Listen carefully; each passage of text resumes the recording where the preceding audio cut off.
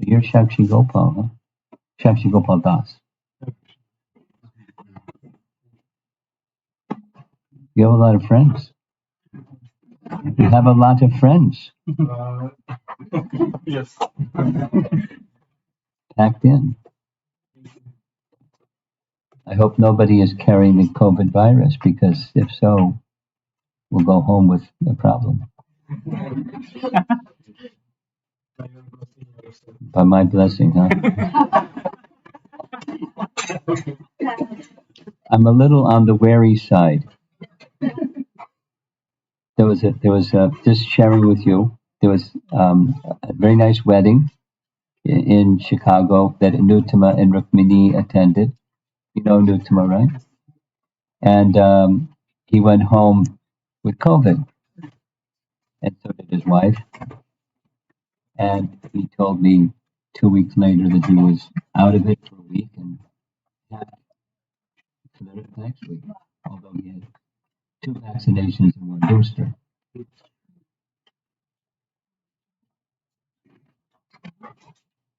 Now, something like that certainly can't possibly happen in Alachua, because Alachua is blessed. But I'm a little anxious, a little concerned, I should say, not anxious. You don't happen to have masks to pass out to people, right? If anybody has one,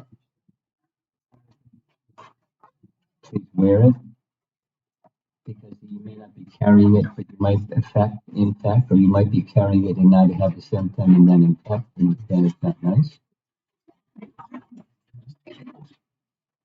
I'm going to start with that unpleasant note, but better to be careful. And even children can, Memorial Day weekend when Sadhusanga, how many Sadhusanga folks? 23, I heard, some number, contracted COVID from Sadhusanga. And that wasn't too long ago. Same weekend in Potomac, one family, mother, father, and 2 small children all contracted COVID from attending that event. So it's not over yet.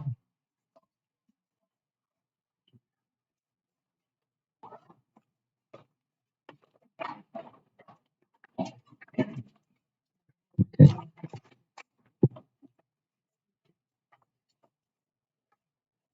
I've in the evening I've been reading from Chaitanya, from Srimad Bhagavatam, Canto 1, Chapter 9, the Bhismadeva parting section, and this evening verse is text 25, 24, 1924, if you'd like to follow it with your nice little handheld device, 1924. It's the last of a section, and the next verse starts the new section. The new section is Yudhisthira taking the opportunity to have Grandfather Bhishma's association to ask him how to rule, because he's now convinced Yudhisthira that that's what Krishna wants. He wants him to rule. So having accepted the instructions of Grandfather Bhishma, he's ready to ask. That's the next section. This is the final section, final verse, and I'll just recite quickly the Sanskrit. Sadeva Deva Bhagavan Pratikshatam Kalevram Yavad Idam Hinom Yaham Prasana Hasaruna Lochana Lochano Lasan Mukam Bujojnana Chatur Buja. Translation. May my Lord, who is four-handed, and whose beautifully decorated lotus face, with eyes as red as the rising sun, is smiling. Kindly await me at that moment when I quit this material body. Report. Bhismadeva knew well that Lord Krishna is the original Narayana. His worshipable deity was four-handed Narayana. But he knew that the four-handed Narayana is a plenary expansion of Lord Krishna.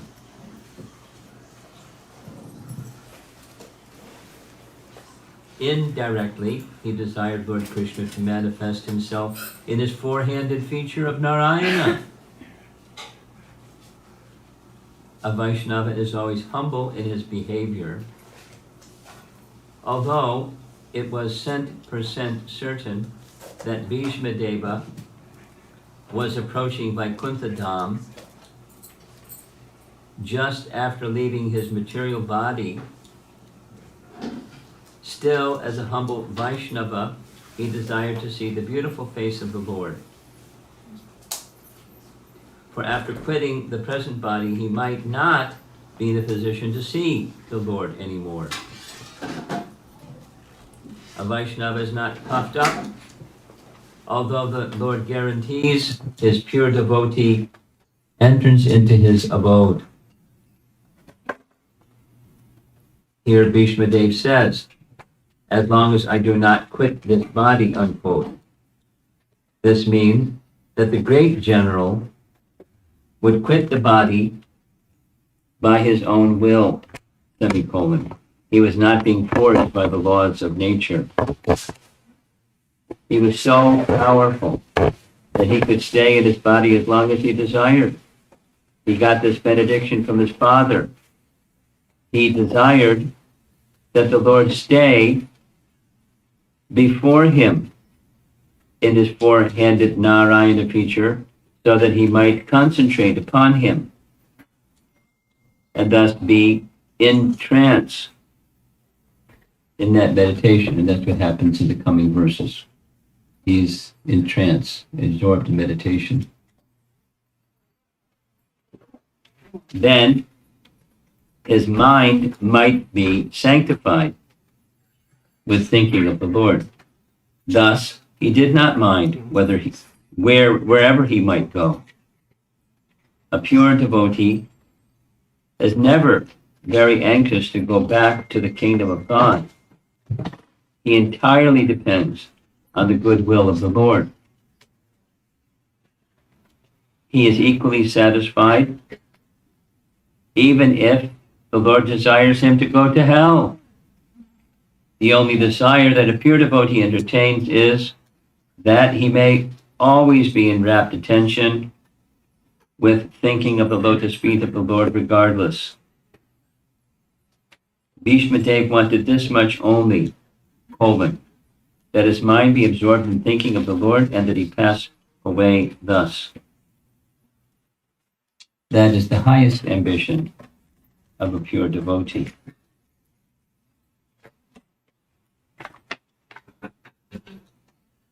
Are there new people here that don't know the history of Bhismadeva and his benediction from his father?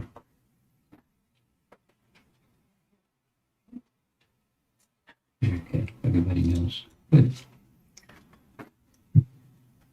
There's an overlap of history between Mahabharata and Srimad Bhagavatam. And the history of his father giving him the benediction that he did not have to leave his body until he so chose to leave his body is from Mahabharata, which means that his father was pretty powerful. What king, are there other histories that we're aware of that a king has such power that he can grant a benediction, and so it is, just because he grants the benediction. Means his father was very powerful. Very powerful. Spiritually powerful.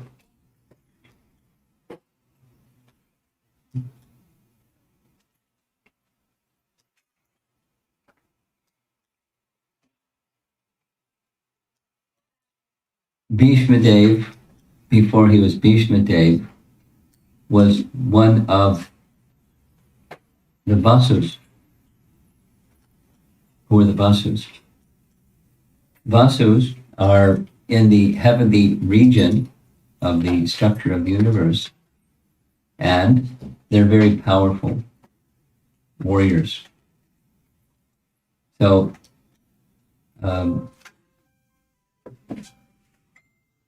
the Vasus were cursed to take birth on earth, leave the heavenly region for some time, and the one of them had to stay. That was Bhismadeva. But so he wasn't born Bhismadeva, he was born Devavrata. And as the son of Ganga and Santanu. As Devavrata, he was trained in military skill by Parshuram for some period of time shortly after he was born, when Santanu broke his promise to Ganga and said, don't kill this child.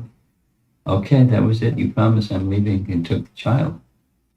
And for some number of years, Devavrata was trained by scriptural training and by military training, Parshuram being his guru for military skill. And thus came the story later on when his guru instructed Bhismadeva either marry Amba or engage in battle.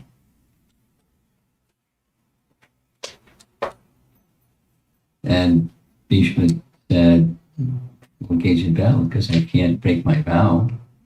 And you're asking me to break my vow, so I can't follow that one. And so let's have battle. In so many days of battle, and a voice from the sky informed Parshuram, you can't defeat him. He's Vasu. So he dropped his weapon. And Bhismadeva surrendered to him. The battle was over.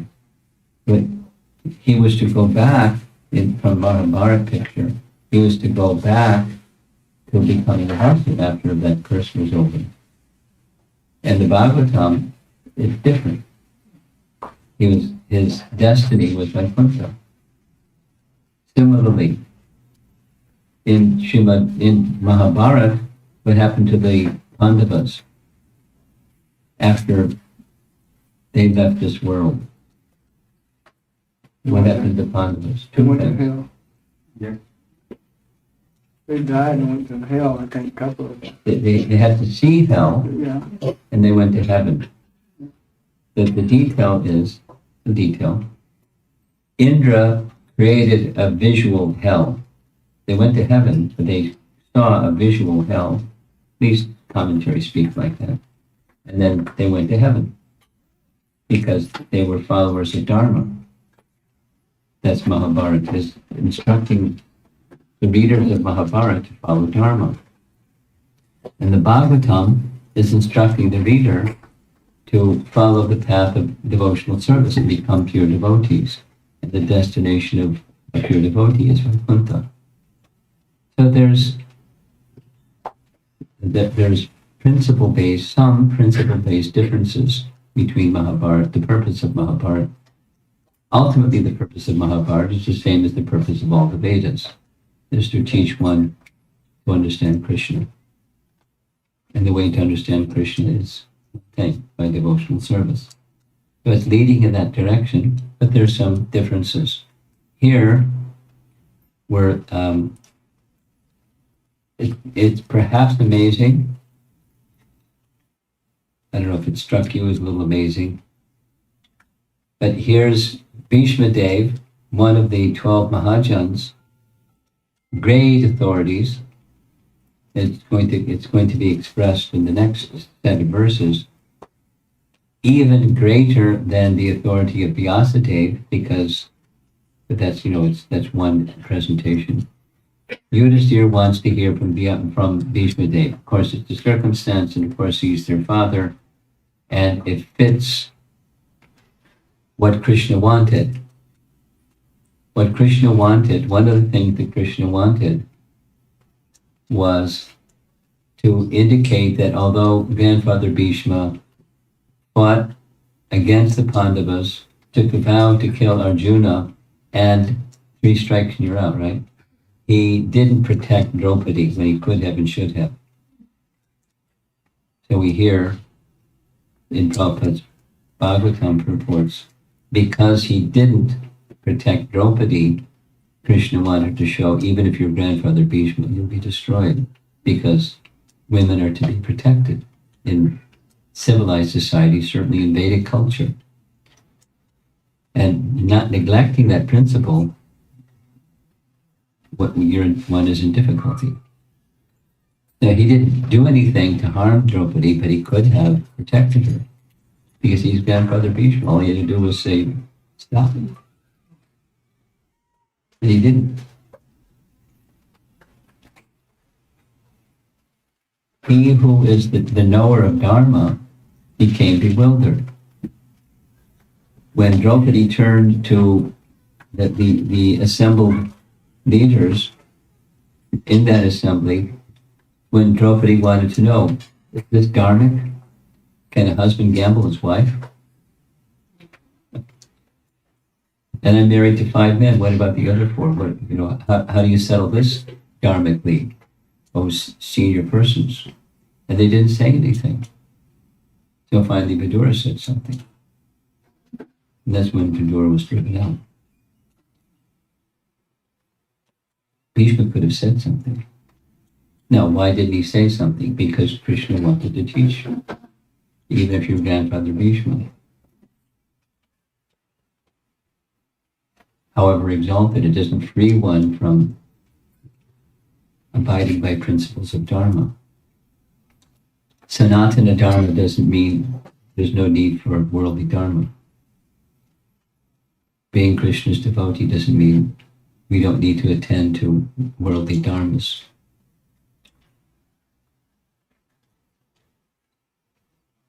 And thus it's a platform of spontaneous devotional service, and that's the exception, but the rule is one follows Dharma. Engage in your prescribed duty and always think of me. So, some lapse, some adharma, some consequence. So Krishna wanted, although grandfather Bhishma may be thought of in this way, Krishna wanted that spotlight go on grandfather Bhishma. Instead of himself, Yudhisthira could have turned to Krishna, or Yudhisthira could have turned to Vyasadeva, or any one of the other learned persons in the assembly, and asked those questions.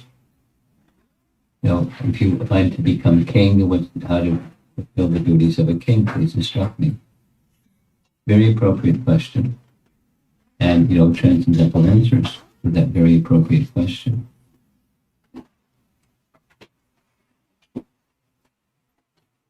So as important as grandfather Bhishma was, and he's destined to go back to Godhead, and Krishna is directly standing in front of him, the description is very beautiful.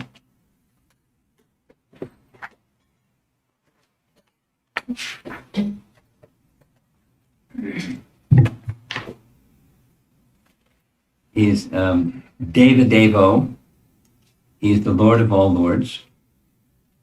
He's Bhagavan. He's the personality of Godhead. And he has a charming, cheerful smile. Prasanna Hasa. And his eyes, Lochana, his eyes are red like the morning sun. Aruna Lochana. Ulasat.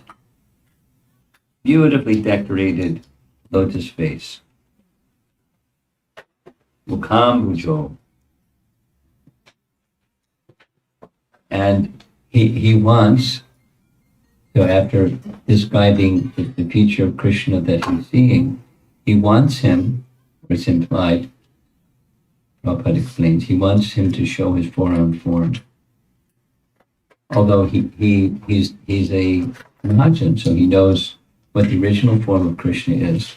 He wants to see the four-armed form of Krishna, because that's his worshipable deity. Now, I don't know any of the history.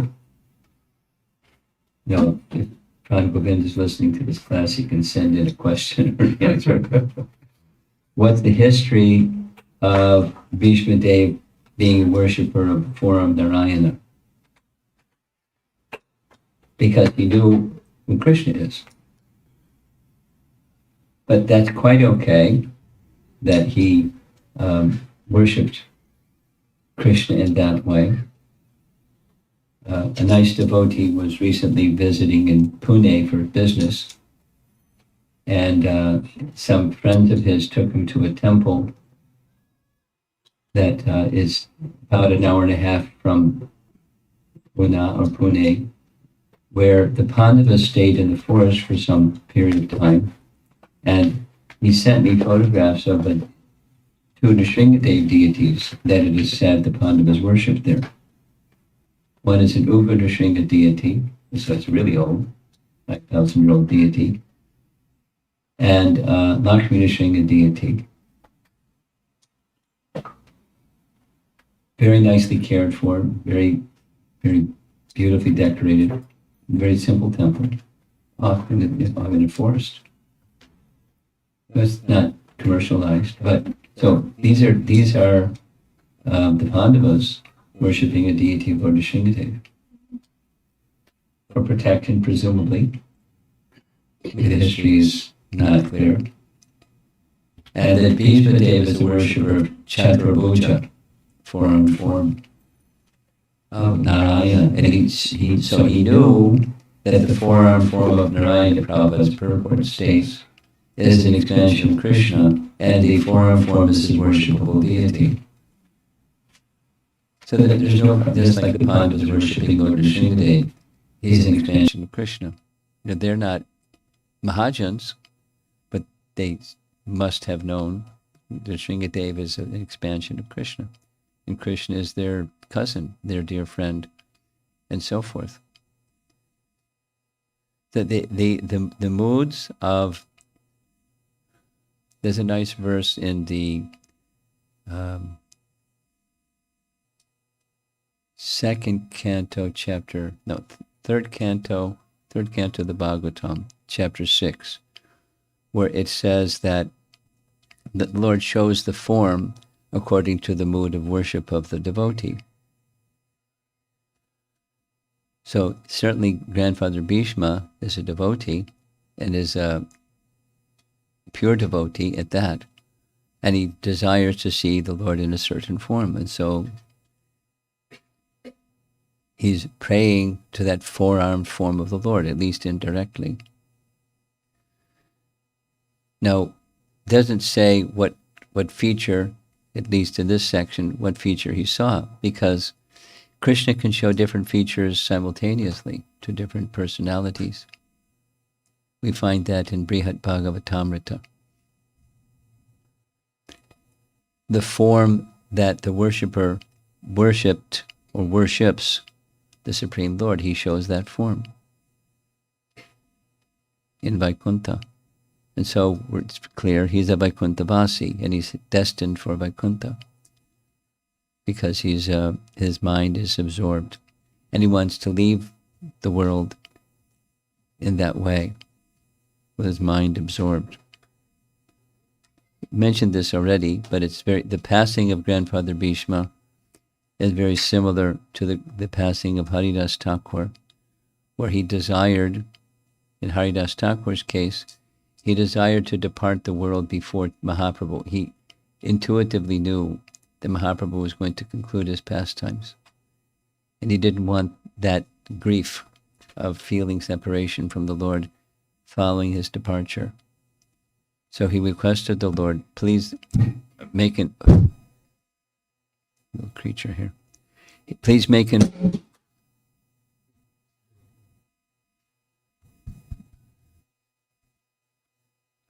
please make an arrangement so that I don't have to experience your departure. Please allow me to depart before you. And just at his will.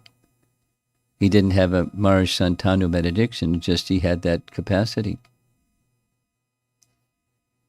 It's described that when one becomes very advanced in the stages of bhakti, particularly advanced in the stages of absorption of the mind in bhakti of the Supreme Lord, the Supreme Lord's Sarup Shakti descends, and he descends within the mind of that devotee, and that devotee can see the form of the Lord. I was just reading in Bhaktivinoda Thakur's footnotes, or his notes, to Harinam Chintamani, the next to the last chapter, when Mahaprabhu gave to Raghunath Das Goswami the Govardhan Shila that he was personally worshipping, and instructed him how to worship, and requested Srup Damodar to give him further instructions. Bhaktivinoda Thakur's notes say that as he was worshipping the Govardhan Shila, he would see the form of Krishna. As he was worshipping the Govardhan Shila, he would see in the form of Krishna. Same thing is said about Gopal Bhatta Goswami. When he was worshipping the deity of Radharaman, he was feeling at certain point, how is this? Chaitanya Mahaprabhu is my Lord of my life, and I don't have a deity of Chaitanya Mahaprabhu. So reciprocating with the pure devotee, Radharaman would sometimes show him the form of Mahaprabhu. No, that's coming attractions, everybody. Because we have to get to the stage where a mind is absorbed. And absorbed in the mood of loving service, not just as a dhyan yoga meditator, but in the mood of loving service. Then the Lord will show himself. And many other things. The mind becomes very enthused, and the spiritual potency of the Supreme Lord descends. And then everything starts to unfold. So the practice stage for us includes what we're doing right now, just hearing Srimad Bhagavatam and appreciating this great devotee, Mahajan Bhismadeva, and the extent of his devotion for the personality of Godhead, and the way the personality of Godhead wanted to honor him. Honor him at the time of his departing this world, to come before him, and to show Grandfather Bhishma that the fullness of, there he is lying on the battlefield riddled with arrows, but by this time Yudhishthira has become the emperor, which is what Grandfather Bhishma actually wanted, because he was their grandfather. He was like their father in the absence of their father. So the affection was completely natural from both sides. Completely natural. What to speak of transcendental. So he was very happy. And seeing, they went purposefully, they went in regal attire. So without having to make an announcement, he knew he's now the king of the world. And my heart is content. And then Krishna came with them. And Krishna's in that assembly, along with all the other personalities, and his attention is completely upon Krishna. Wishing Krishna to show, just saying it again, wishing Krishna to show his forearm form. Somehow, the original Narayana, who is Krishna's expansion, is his worshipable deity. So he's a Vaikunthavasi and a Mahajan at the same time. There others in the 12 Great Authority group, they're also Vaikuntavasis.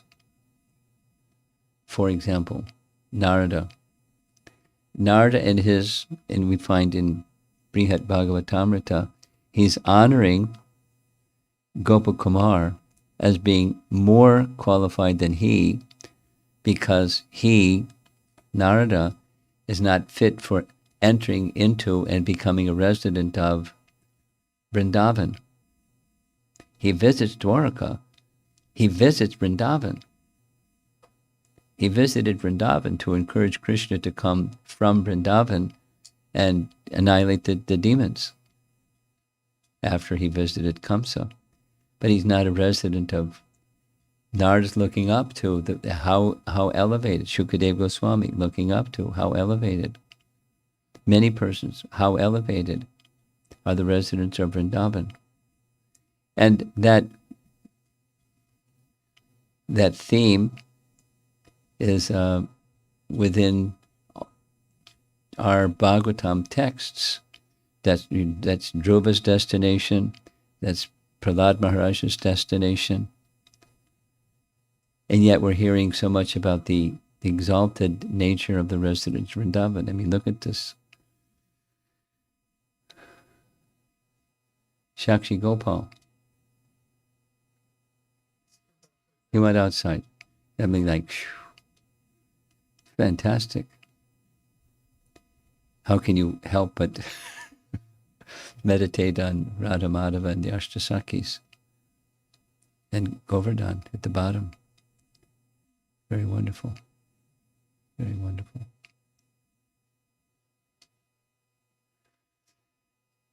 This is first canto, chapter 9. It's setting in place principles of devotion, or even specifically pure devotion. He's a character, huh?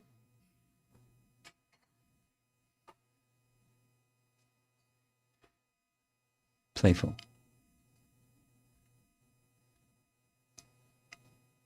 A pure devotee is never anxious to go back to the kingdom of God.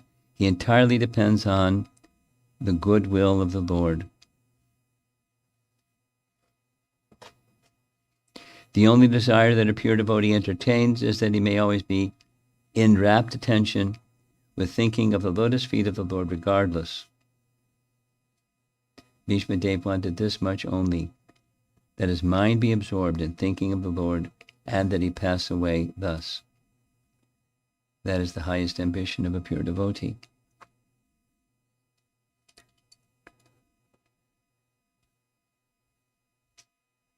Now there's other things to say in other places in Prabhupada's writings, the highest ambition of a devotee. This is one statement, and we take the other statements together and look at them in context. But the emphasis, because right away in the first canto, there's glorification. He's going to come up. He's going to, as Kunti also does, glorify the residents of Vrindavan, the exaltedness of the residents of Vrindavan and their love. Not feeling eligible or having a particular other type of devotion, he's wanting this just to be completely fixed and absorbed in the personality of Godhead in his service, which he did throughout his life. He's a pure devotee. And they're teaching us the way of pure devotional service. That's the Bhagavatam.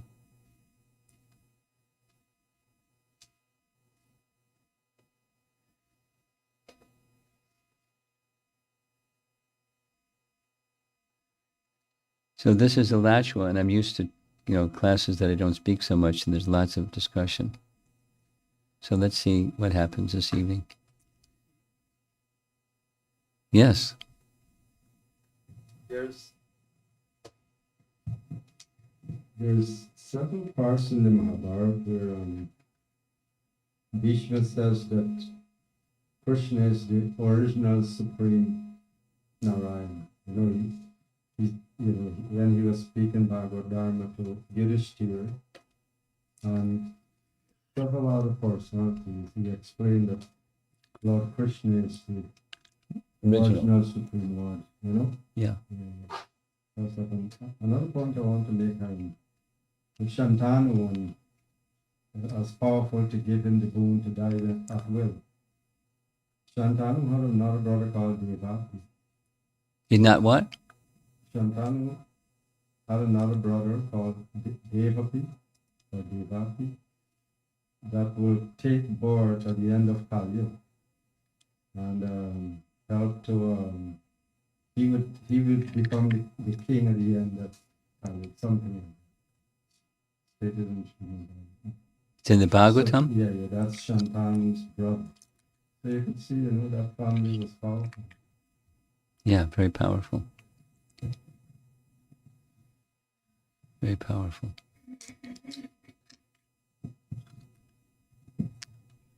May I refer to something you said yesterday? You brought up about Lord Buddha. My husband and I were discussing. So Lord Buddha is one of the Das avatars. For speaking, take your mask off. It'll be easier to hear. So Lord Buddha was one of the Das avatars. Yes. And but did he actually propagate a dharma or a practice? And do Buddhists today even know what that is, if there is that? And do they follow that? Yeah, so? Did he create a practice for people to make spiritual advancement? Of course. Partial. And Indirect. We were using this word indirect. so if people do follow it, that thing of mode of goodness, Yes. like that, giving and sharing, Yes. then they're making advancement. But what's the goal that Buddha promoted?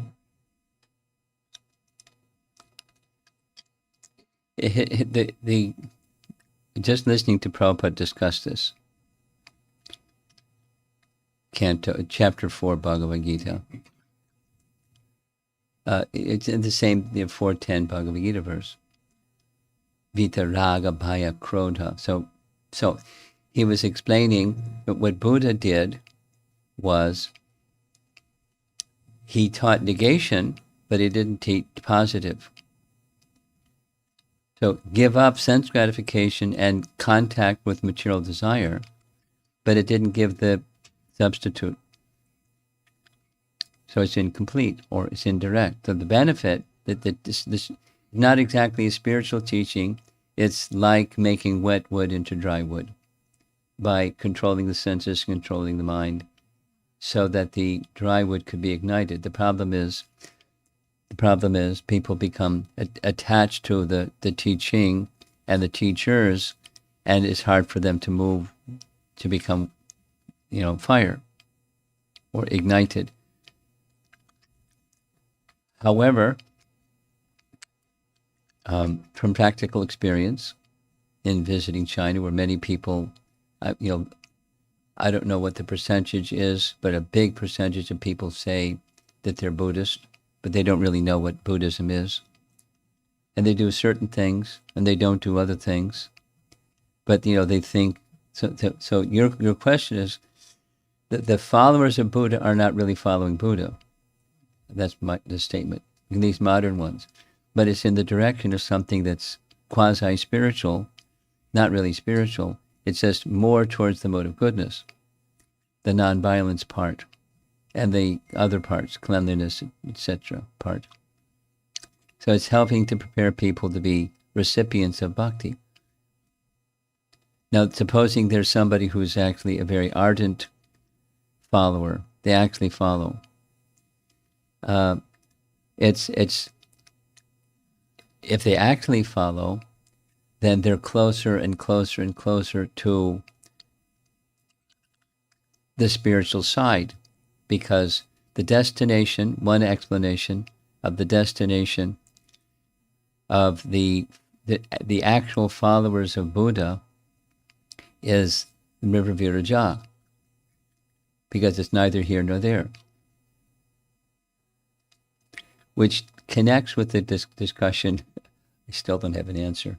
But, merging into the causal ocean question. But one understanding of Buddhists was that if one is actually, like Prabhupada was asked, what's the destination of a genuine Christian? And his answer, one time, it's hard to find such a person. But if there is such a person, they go to Brahmaloka. This was a communication between Rupanuga and Prabhupada. And then from there, they may continue onward. They may not.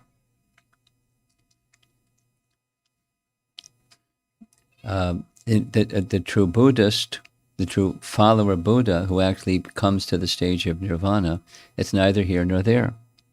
It's cessation of material existence, but there's no positive spiritual existence. It's not Brahman. It's a neutral state. Time is not acting. The river Viraja. It's a question that comes up in China from time to time. So the GBC for China, Chandrasekhar Prabhu, who's grew up in the Mayapur Gurukul, so he has a Brahminical tendency to him. Wrote a little paper, and that's one of the conclusions. It's not well defined. There's not a lot of writings from our Vaishnava acharyas about it. The Buddhism and Buddha, there's a little bit, Jiva Goswami a little bit, and Keshava Maharaj, who was Prabhupada's sannyas guru, wrote some things. So drawing from those two sources, he put a little paper together. Is there a Buddha Loka? Is one of the questions. Is there a Vaikuntha planet from which Buddha came and Buddhists may go? That's not, there is such a thing as Buddha. According to my memory at this moment is not so great, but there is some place like that from which he comes and which followers of him may go. But mostly he's speaking about nirvana, which isn't Vaikuntha. Does that answer your question? Your question was, what's the spirituality, what's the message that he was giving? It's stop animal killing, definitely, and become sense-controlled in general, and enter into the state. So there's elaborate teachings about Sankhya, and about that there isn't the destination of the soul, but the goal of Buddhism. And it's nirvana. It's elaborate teachings. So to help one get there, there's elaborate teachings. And there's very strong disciplines of practice. And it's for monks, for renounced people. Making wet wood dry wood. Minus the positive. Now what? What do you do? You go out of existence. Because there's no concept of soul. You go out of existence. Nirvana. Cessation of material existence is the meaning of nirvana. There's no positive, it's just cessation of material existence. It's not a permanent situation because we do exist. Anything else? Yeah. Maharaj, can I answer a question regarding yesterday's discussion about if he is inherent or it's restored? Because I was concentrating on that. Okay. So I thought maybe I can present it and you can clarify if that's right understanding. Did you receive those links? Yeah, You didn't look at it yet. Okay, but you'll find some answers there. Go ahead, ask. So as we know that the seed is a basis for any plant to grow, from which it can grow. So coming to the examples that you gave about the wood, the fire being in the wood, Mm. and to bring the fire out from the wood, we need a wood fire. Yes. So that metaphor is Easy to understand. easy to understand. And also the metaphor that Raghatina Mataji presented yesterday regarding the rusty well, where you pour some water to get the water. So these two metaphors are easy to understand. The mango seed and the mango tree. But when coming to this example of the Bhakti Lata beach, so beach, like sowing the seed. So you want to know what the seed is that one receives that awakens bhakti. You want to know what that seed is. Actually, if we say that bhakti is inherent, that means there is already a I know. seed. I got it. Yeah. If it's inherent, why do you need a seed? So what's the seed that one gets if one is already inherent? That's you say it either way. I got it. So you'd like an explanation. It's a metaphor. So the group of the people who were emphasizing more on there wasn't a seed inside earlier, but it was restored because seed was put in. But if you understand the metaphor as is, like, okay, there was no seed, there was evil, the seed was restored by doing Krishna. But can you understand that? Understand, but don't get lost. There is the concluding point is it's a false dilemma because it's both. So now, if it's both, then what's the seed? Because the normal sense of a seed is that's where life is, and without the seed, there's no life. So where's the life? If life is inside, why do you need a seed? Or what's the seed? I get the question. It's a metaphor.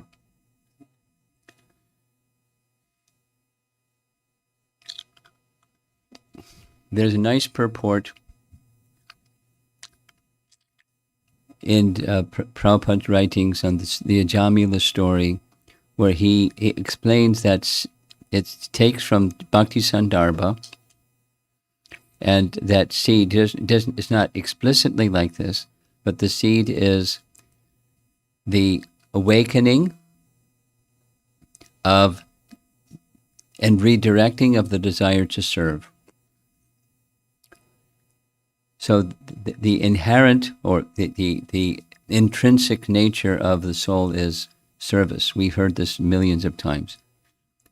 All souls, the dharma of the living entity is service. Everyone is serving. And you can't find someone who's not serving because it's of the soul.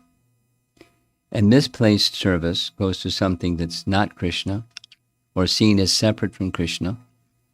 And proper alignment is service to Krishna. But it's service in service to Krishna, properly directed or misdirected. Dharma or adharma, properly directed or misdirected, but it's of the soul. So then if it's of the soul, what's the seed? It's the awakening of redirecting that service tendency towards the Supreme that is bestowed. Bhakti Shakti. The power is Madhurya Kadambini. The guru, Madhyama Guru specifically, is empowered, given power of attorney, this is Vishwanath Chakravarti Thakur's description, by Krishna. You can distribute me to whoever you like. But then the Madhyama has gradations. They worship the Lord, they serve the devotees, they give mercy to the innocent, and they avoid the non-devotees. So that's the boundaries or the guidance, the guidelines for the Madhyama. But the Madhyama has power of attorney. He can give. To give Krishna means give bhakti. That's how you give Krishna. So they distribute bhakti. We go on Harinam or book distribution or prasadam distribution or whatever. And we're distributing bhakti. We're distributing Krishna through the medium of bhakti. And so that seed is the awakening of the dormant tendency for serving Krishna. Just make Krishna the object. That the bestowal of Bhakti Shakti helps awaken the bhakti within, which is like the fire that ignites the fire within the wood. It's the bhakti shakti that Krishna empowers his representative. You can distribute me. The way to distribute Krishna is through the medium of devotional service. So bhakti shakti is invested in the bhakta to bestow the seed, which is bhakti shakti, to awaken the inherent bhakti, or innate bhakti, or the natural, the dharma of the living entity, to serve Krishna. That's what the seed is. It's a metaphor. It's not a one. Metaphors are not one to one. There's points of similarity and points of dissimilarity.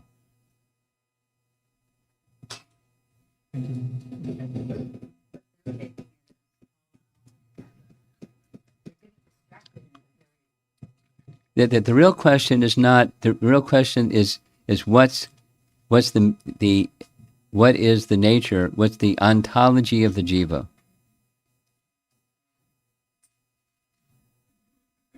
Is the jiva's makeup constitutionally or ontologically, is it our nature to be a servant of God or not?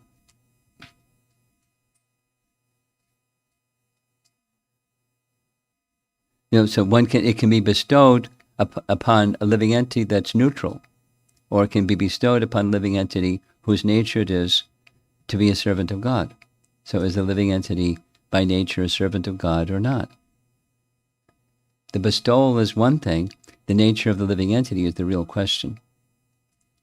For those who are followers of devotional service, as Jiva Goswami has given it, and our disciplic line has given it. Rupa Goswami, because Yadavar was really into this quote by Rupa Goswami.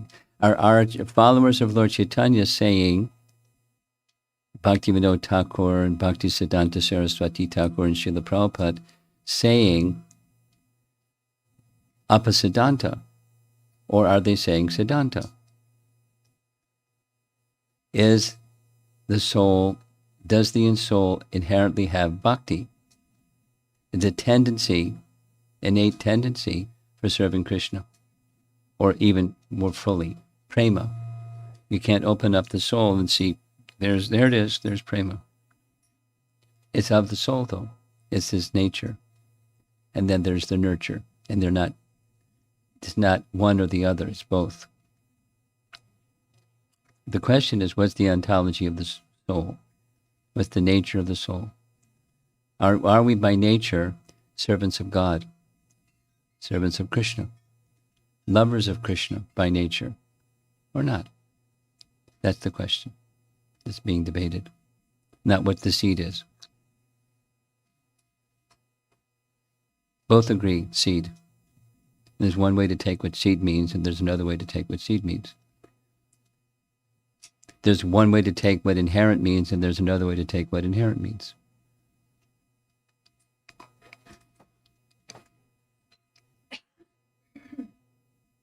In some places, the teachings say bestowed. In some places, the teachings say inherent. It's of the soul.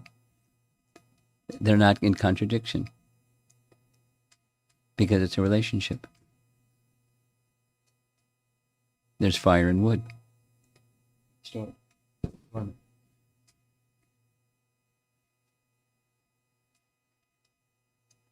And it can stay there for a long time. Long time.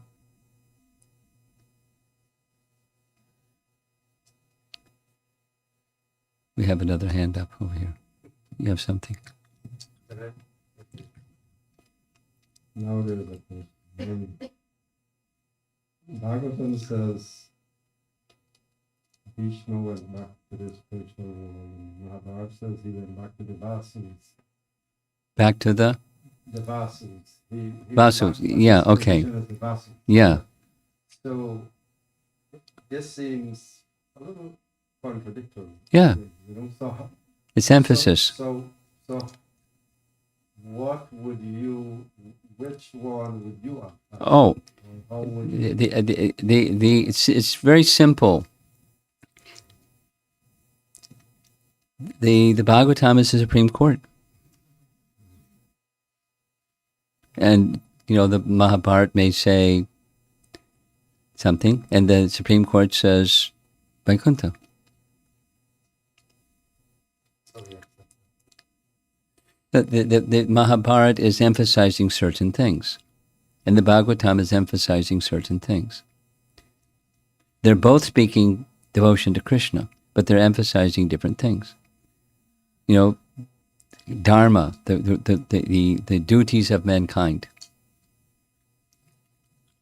Even though logically it seems that the best destination would be to be back as a boss. I mean, Well, that's your choice. yeah, no, but that's important that you said you accept the verdict of the Srimad Bhagavatam. Well, it's our Amala Purana. It's the Supreme Court. I think that's important for everybody here to know. Well, it's from Tattva Sandarbha, we find Jiva Goswami touches this topic. He doesn't go into it in depth. He just touches the topic. There are 18 principal Puranas in the modes of nature, and then those that are in the mode of goodness are better than the passion and ignorance. And it doesn't mean they're ignorant Puranas. It means it's inspiring people who are influenced by that mode. It's inspiring people, it brings people to the mode of goodness. Then amongst the 6, one is Shuddha Sattva. So that's the superlative. And the conclusions of the Bhagavatam may say something different than some of the other Puranas, and that's quite okay when one accepts the Amala Pramana or Shuddha Sattva teaching. The others we don't discount, but this is the topmost authority because, and there's reasons why the Pramana Kanda of Jiva Goswami's writings, the Tattva Sandarbha explains why he accepts like that, or why followers of Mahaprabhu accept like that. And others like the mode of goodness ones. They like Padma Purana, Vishnu Purana. That's fine.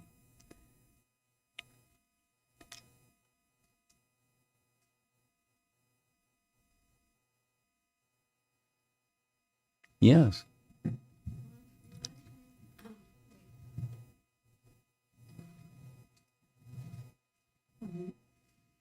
You're mentioning about bhakti is given, and the devotee has the power of attorney Krishna has given him. My question is, does a devotee have the power of attorney to give prema? Why this question is coming to my mind this morning in the Bhagavatam class here, the discussion came about going back to Godhead is very difficult. It's not easy. And so the question came to my mind as we were discussing, is that something the devotee has the power to give prema? Well, you know the answer, so I can ask you. You can't give something you don't have. So those who have prema can give prema.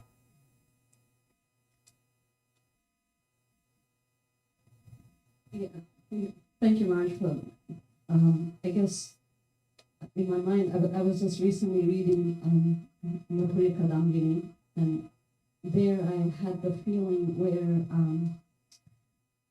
the description is that how the devotee, exactly like what you said, that Krishna gives that power to his devotee. And so while I was reading that, I was thinking, okay, I could never make it back to Godhead, but then I was thinking, well, we always hear prophets saying that. I've heard that, not read that, I've heard the prophet said that I have the keys to the back door and to let you come in. And so in my mind, I was thinking, oh. I'd never heard that one before. Yeah, I got Key to the back door. to the, yes. I never heard that one. He's got the key to the front door too. But I guess he was saying back door because People not so qualified. Qualified, He can get them in. exactly. And so I guess yeah, those thoughts were coming to my mind that, oh, okay, Prabhupada has a key to the back door, and if you're trying to But that statement, which I'm hearing for the first time just now, is an indication of the qualified recipient, not the qualified bestower. The qualified bestower can let someone in the front door. And the qualified bestower, Prabhupada, can let a not so qualified person in the back door. But because he has that key, he has the key. So that means what you're saying, that yes, you can. Yes. So, qualified, you can get prema. well, yes, absolutely. Now, what's the criterion? When he's going to use that key for the back door?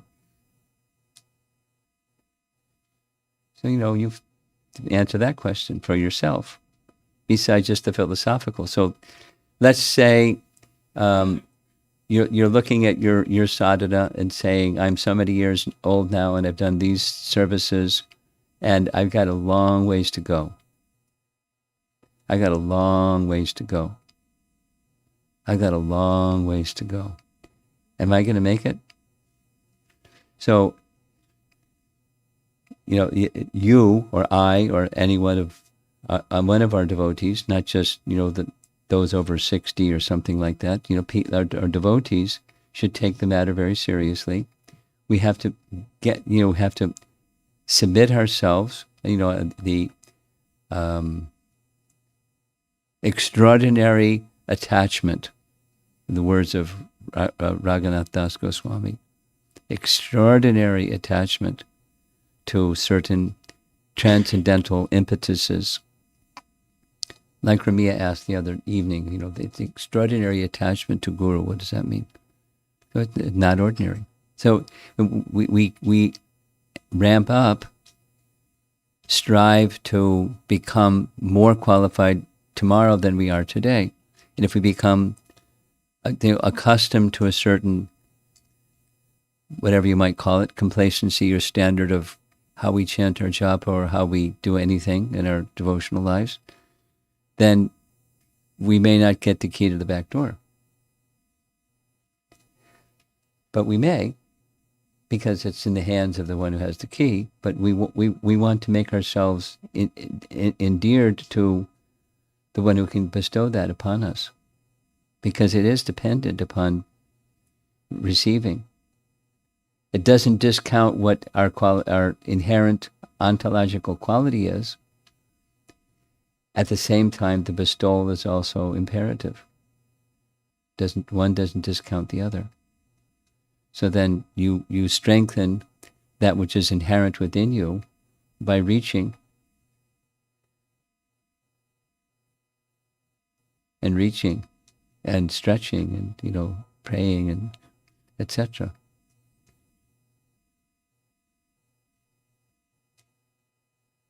That's what's in our hand. And then the one who has the key can use it or not. We show that you want. And the lesson here is not just go back to Godhead, but it's fix your mind upon the personality of Godhead during this life and right up to the end of life. That's the message in the conclusion of this purport. Wherever he wants to take us. That's back to Godhead.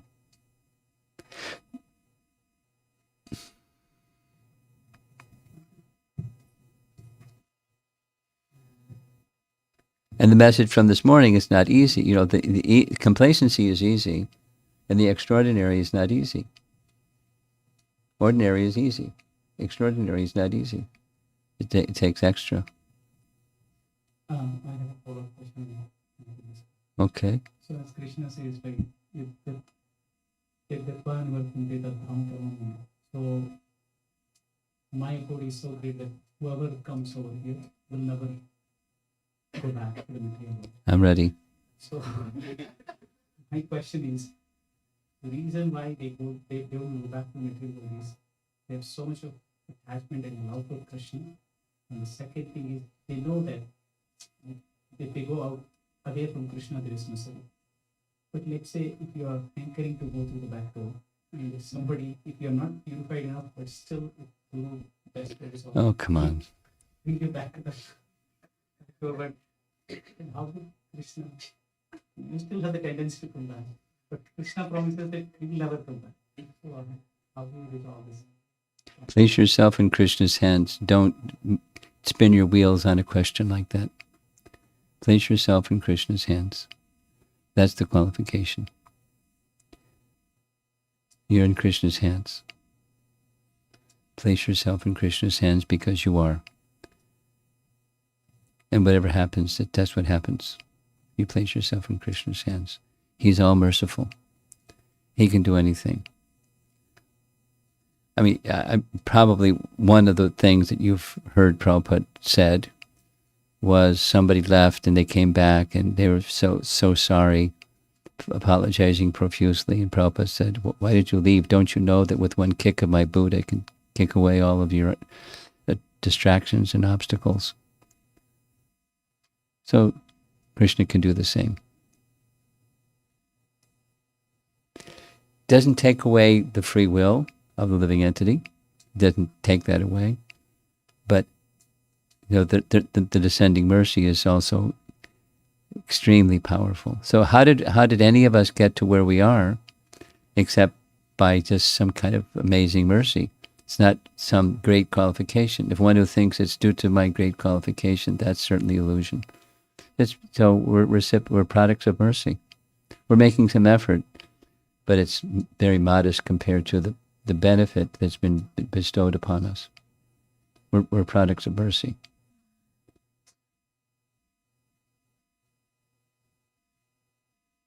You have something? Yeah.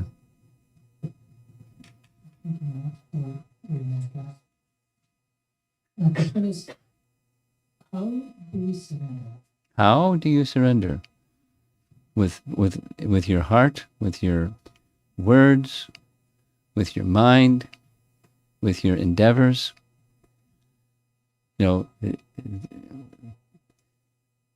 Start with your heart. I tell it to myself every day, but it's not happening. Keep trying. Because if you're trying and it's not happening, you know what's going to happen, right? Krishna is going to take you by the heels and turn you upside down and shake you. That's what's going to happen. So why put Krishna through that trouble?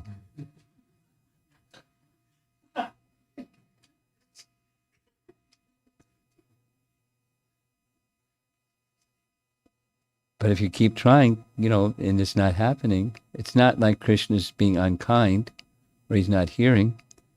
It's, here's one, I remember Prabhupada speaking like this. Krishna will test you. You say you want to come back to me. Are you sure? How about a little sense gratification? And then Prabhupada went, no. I only want you. He may really want me. What about some tribulation? Tribulation, it's okay. I only want you. Krishna's testing. He really wants me. Very well, I give myself to him. So it can be, if it's not happening, it could be one of those. Or it could be, turn you upside down. It could be one of those. He's not obliged. He's loving, but from us, he wants purity. And, what's the price for purity?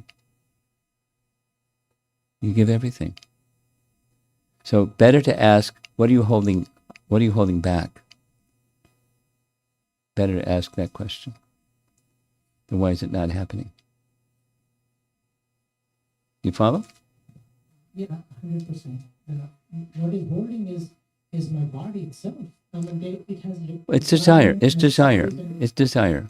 You know, the body is the instrument, but it's the subtle is the desire. The body itself is not the problem. That's the instrument. Behind the instrument is desire. So align your desire to Krishna. So what are you holding on to desire-wise? It's not just the body. You know, it's the symptom of something more subtle. Okay, it's 8:25. We'll take another question or two and we're going to wind up.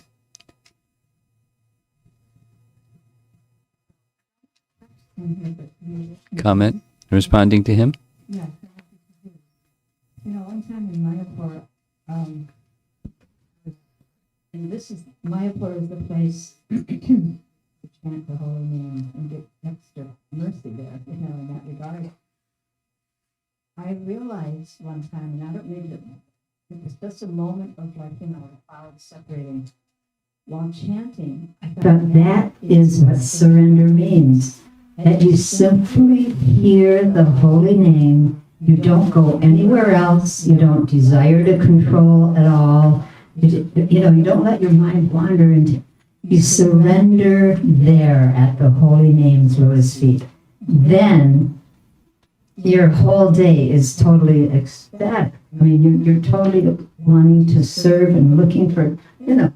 But it's there that we start the surrendering process. That's just my puny realization. Beautiful. Very beautiful.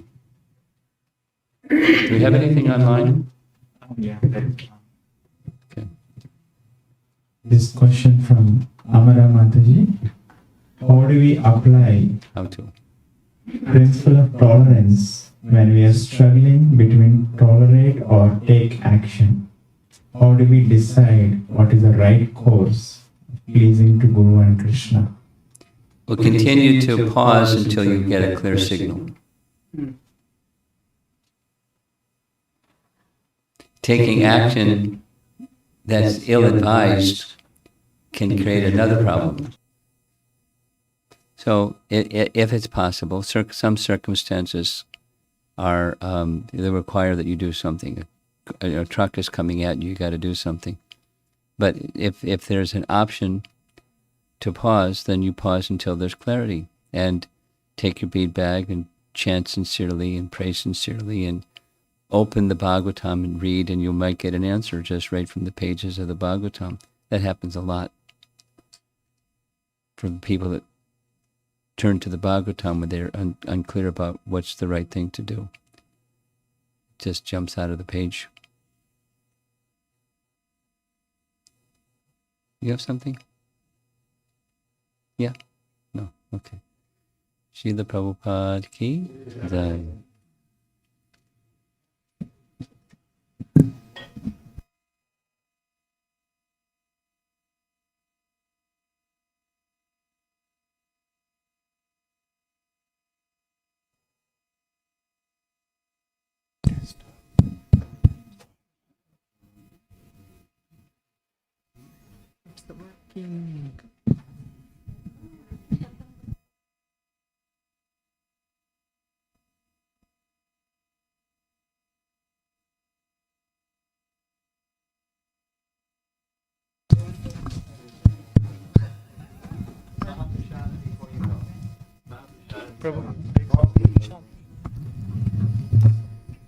Hare Krishna, Hare Krishna, Hare Krishna, Hare Krishna, Krishna Krishna, Hare Hare Ram.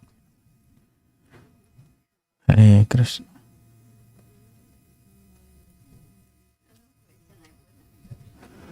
Hare Krishna, Hare Krishna, Krishna Krishna, Hare Hare.